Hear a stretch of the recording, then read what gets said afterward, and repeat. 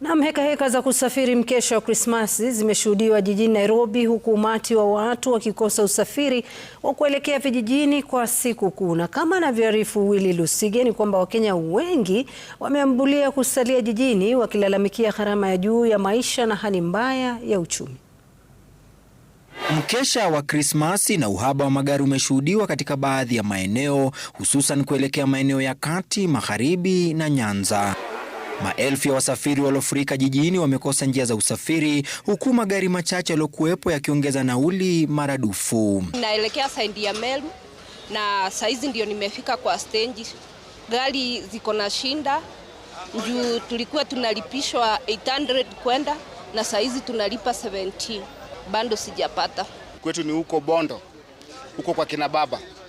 Sasa nilikuwa naenda huko, lakini nimepata gari zimejaa.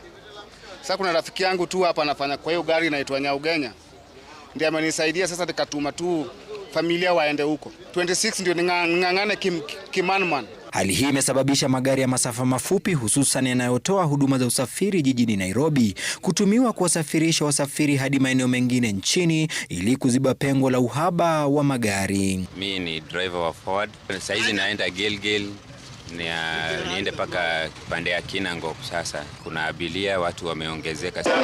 Kinyume cha matarajio ya wengi, baadhi ya mashirika ya usafiri yameshtukizwa na ukosefu wa wasafiri, tofauti na hali ya kawaida wakati wa Krismasi. Tangu nimekuwa kwa industry karibu miaka 19, sijaiona Disemba kama hii.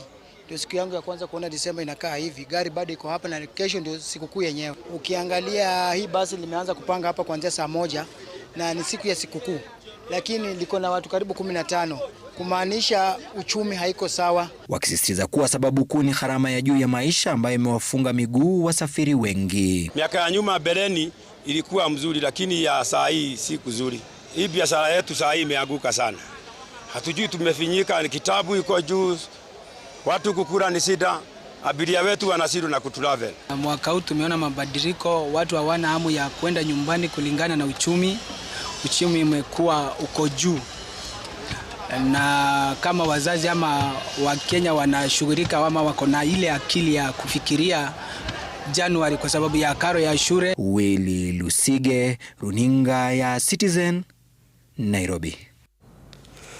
Na mtazamaji, huku saa zikiwa zimesalia saa chache